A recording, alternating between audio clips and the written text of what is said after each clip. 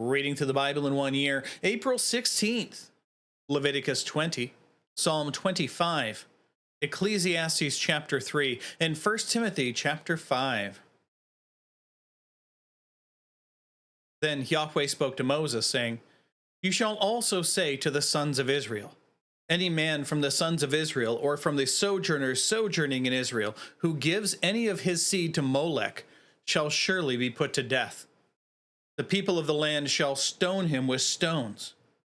I will also set my face against that man, and will cut him off from among his people, because he has given some of those who are his seed, which again, remember, we're talking children here, to Molech, so as to defile my sanctuary and profane my holy name.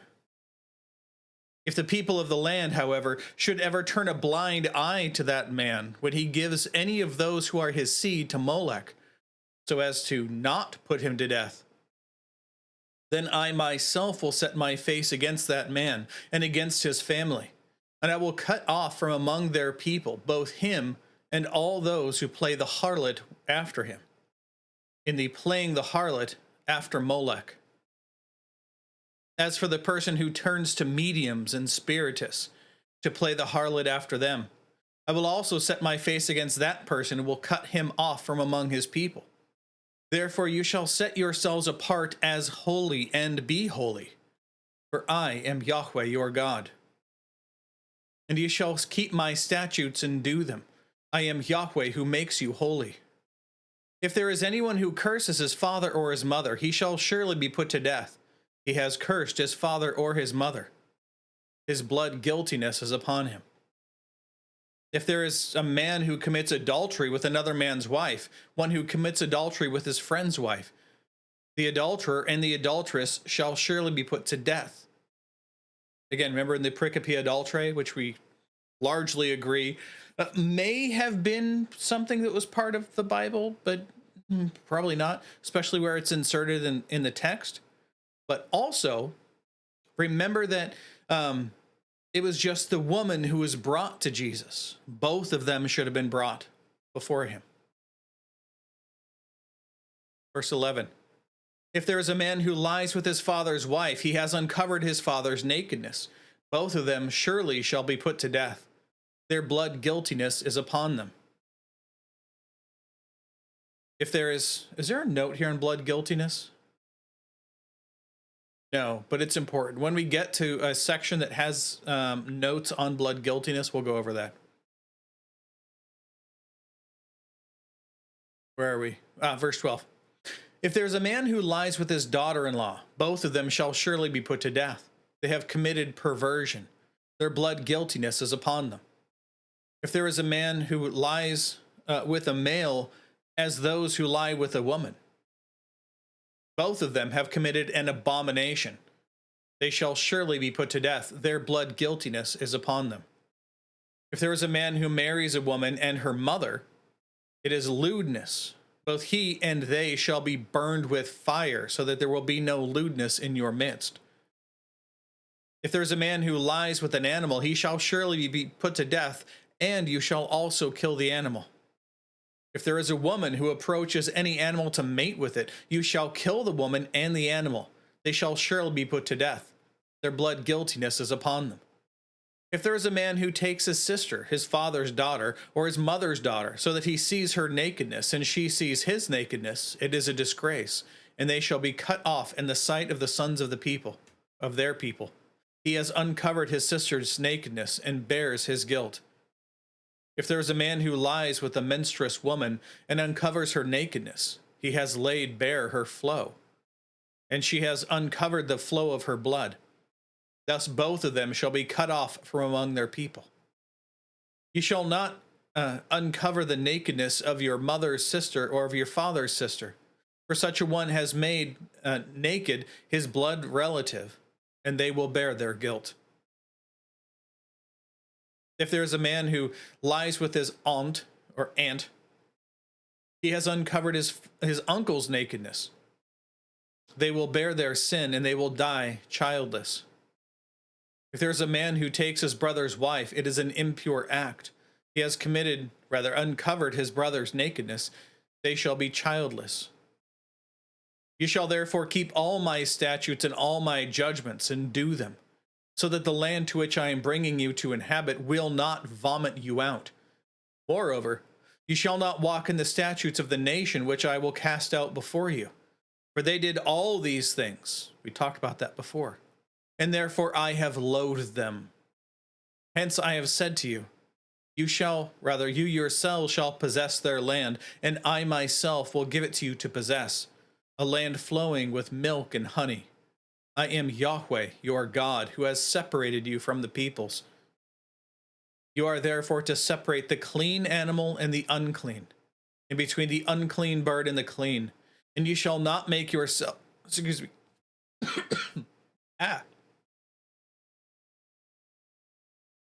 there we go. You shall not make yourselves detestable by any animal or by bird or by anything that creeps on the ground, which I have separated for you as unclean. Thus you shall be holy to me, for I, Yahweh, am holy, and I have separated you from the peoples to be mine. Now, a man or a woman who is a medium or spiritist shall surely be put to death. They shall be stoned with stones. Their blood guiltiness is upon them. Moving on now to Psalm 25.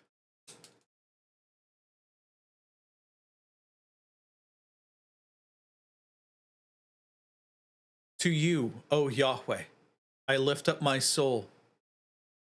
O my God, in you I trust. Do not let me be ashamed. Do not let my enemies exult over me. Indeed, let none who hope in you be ashamed. Let those who deal treacherously without cause be ashamed. Make me know your ways, O Yahweh. Teach me your paths.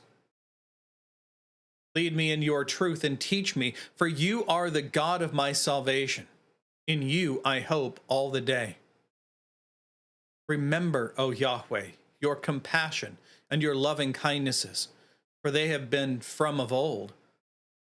Do not remember the sins of my youth or my transgressions. According to your loving kindnesses, or rather loving kindness, remember me. For the sake of your goodness, O Yahweh. Good and upright is Yahweh. Therefore he instructs sinners in the way. May he lead the humble in justice. May he teach the humble his way. All the paths of Yahweh are loving kindness and truth, those who guard his covenant and his testimonies. For your name's sake, O Yahweh, pardon my iniquity, for it is great. Who is the man who fears Yahweh? He will instruct him in the way he should choose. His soul will abide in goodness, and his seed will inherit the land. The secret of Yahweh is for those who fear him, and he will make them know his covenant. My eyes are continually toward Yahweh, for he will bring my feet out of the net. Turn to me and be gracious to me, for I am alone and afflicted. The troubles of my heart are enlarged. Bring me out of my distresses. See my affliction and my trouble, and forgive all my sins. See my enemies, for they are many, and they hate me with violent hatred. Keep my soul and deliver me. Do not let me be ashamed, for I take refuge in you. Let my integrity and uprightness guard me, for I hope in you. Redeem Israel, O God, out of all his troubles. Now, Ecclesiastes chapter 3.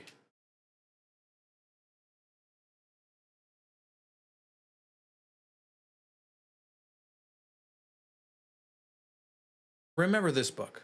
I know we're going to touch on this quite a bit, but remember this book. It's a book of a man who has everything. Literally everything. He could have anything that he desired. Trying to find out what life is like for those who do not have Yahweh, who do not have God, and pursuing everything to the furthest possible end he can. Again, he's got basically unlimited wealth, unlimited resources, and there's no war on any of his borders. He can do whatever his heart desires. So one of these things he decided to seek out is the life of someone outside of Yahweh. His conclusion, as we've read over and over, is vanity of vanities, all is vanity, or futility of futilities, all is futile. Continues here. There's an appointed time for everything, and there is a time for every matter under heaven. Again, under heaven, meaning this side of heaven, as if walled off, as if heaven were walled off. This is life on the earth. There's a time to give birth and a time to die, a time to plant and a time to uproot what has been planted, a time to kill and a time to heal, a time to tear down and a time to build up, a time to weep and a time to laugh, a time to mourn and a time to dance, a time to throw stones and a time to gather stones, a time to embrace and a time to shun embracing, a time to search and a time to lose, a time to keep and a time to throw away, a time to tear apart and a time to sew together, a time to be silent and a time to speak, a time to love and a time to hate, a time for war and a time for peace. What advantage is there to the worker from that in which he labors? I have seen the endeavor which God has given to the sons of men with which to occupy themselves. He has made everything beautiful in its time. He has also set eternity in their heart, yet so that man will not find out the work which God has done from the beginning even to the end. I know that there is nothing better for them than to be glad and to do good in one's lifetime. Again, this is someone who is outside of, for us today, this would be someone who is outside of Christ, right? This is the life of the non-elect. Moreover, that every man who eats and drinks and sees good in all his labor, it is the gift of God. I know that everything God does will be forever. There is nothing to add to it, and there is nothing to take from it. God has so worked that men should fear him. That which has already, is right, starting over verse 15, that which is has all, we're going to try it again. Let's do this. That which is has all, why do I keep doing, oh, you know what? I'll bet you there's another translation that I've read a zillion times, like the ESV, that gets these words swapped. Let's start over. Verse 15. That which is has been already, and that which will be has already been. Yet God seeks what is pursued. Furthermore, I have seen under the sun that in the place of justice there is wickedness, and in the place of in the place of righteousness there is wickedness. I said in my heart, God will judge both the righteous man and the wicked man. For a time for every matter and for every work is there. I said in my heart concerning the sons of men, God is testing them in order for them to see that they are but beasts. For the fate of the sons of men and the fate of beasts is the same fate for each of them. As one dies, so dies the other, and they all have the same breath. So there's no advantage for man over beast, for all is vanity. All go to the same place. All came from the same dust, and all return to the dust. Who knows that the breath of man ascends upward, and the breath of the beast ascends downward to the earth? I've seen that nothing is better than a man should, rather than that man should be glad in his works, for that is his portion. For who will bring him to see what will occur after him? Now, 1 Timothy chapter 5.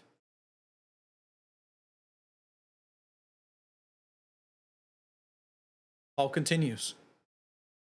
Remember, this is a pastoral letter to Timothy. Do not sharply rebuke an older man, but rather plead with him as a father, to the younger men as brothers, to older women as mothers, and to younger women as sisters, in all purity. Honor widows who are widows indeed.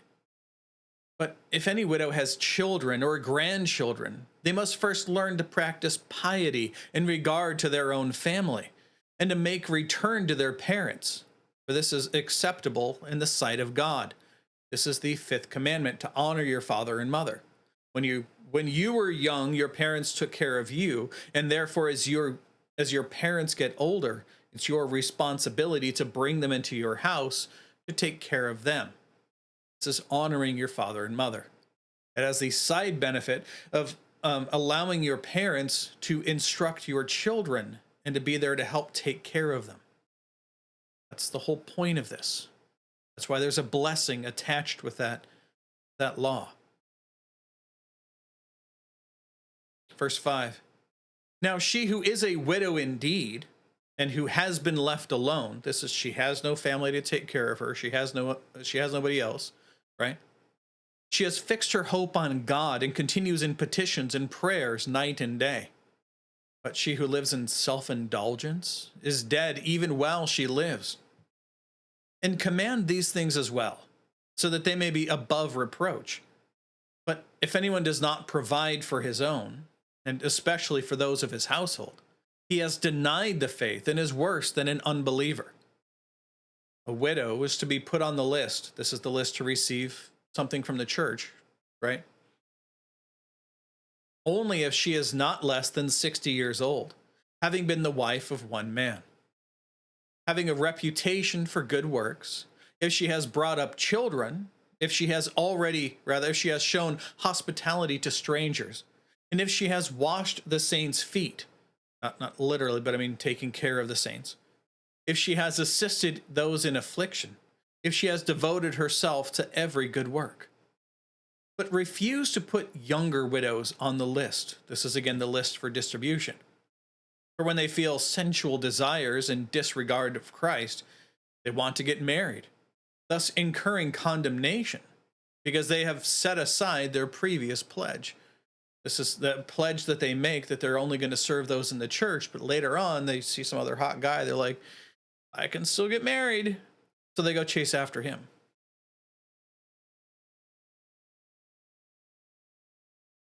There we go. Verse 13. And at the same time, they also learn to be idle as they go around from house to house, and not merely idle, but also gossips and busybodies, talking about things not proper to mention. Therefore, I want younger widows to get married, bear children, keep house, and give the enemy no opportunity for reviling. For some have already turned aside after Satan. If any believing woman has widows, she must assist them, and the church must not be burdened, so that it may assist those who are widows indeed. The elders who lead well, this is not old people in the church, these are those who are elders over the congregation. This is the teaching elders, what we might refer to today as pastors, right? The elders who lead well are to be considered worthy of double honor, especially those who labor at preaching the word and teaching. They should get paid, what he's basically saying. For the scripture says, you shall not muzzle the ox while it is threshing, and the laborer is worthy of his wages. Do not receive an accusation against an elder, except on the basis of 2 or 3 witnesses. Those who continue in sin reprove in the presence of all, so that the rest also will be fearful. I solemnly charge you in the presence of God and of Christ Jesus and of his elect angels to observe these instructions without bias, doing nothing in partiality. Do not lay hands upon anyone hastily, and thereby share responsibility for the sins of others. keep yourself pure. Well, what is this? It means don't rush to anoint somebody specifically for work, either the work of a deacon or the work of an elder. No longer drink water only, but use a little wine for the sake of your stomach and your frequent ailments. The sins of some men are quite evident, going before them to judgment. For others, their sins follow after. So also, good works are quite evident, and those which are otherwise cannot be concealed.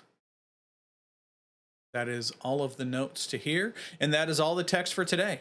So, God willing, we'll be back tomorrow. Behold, word of the Lord.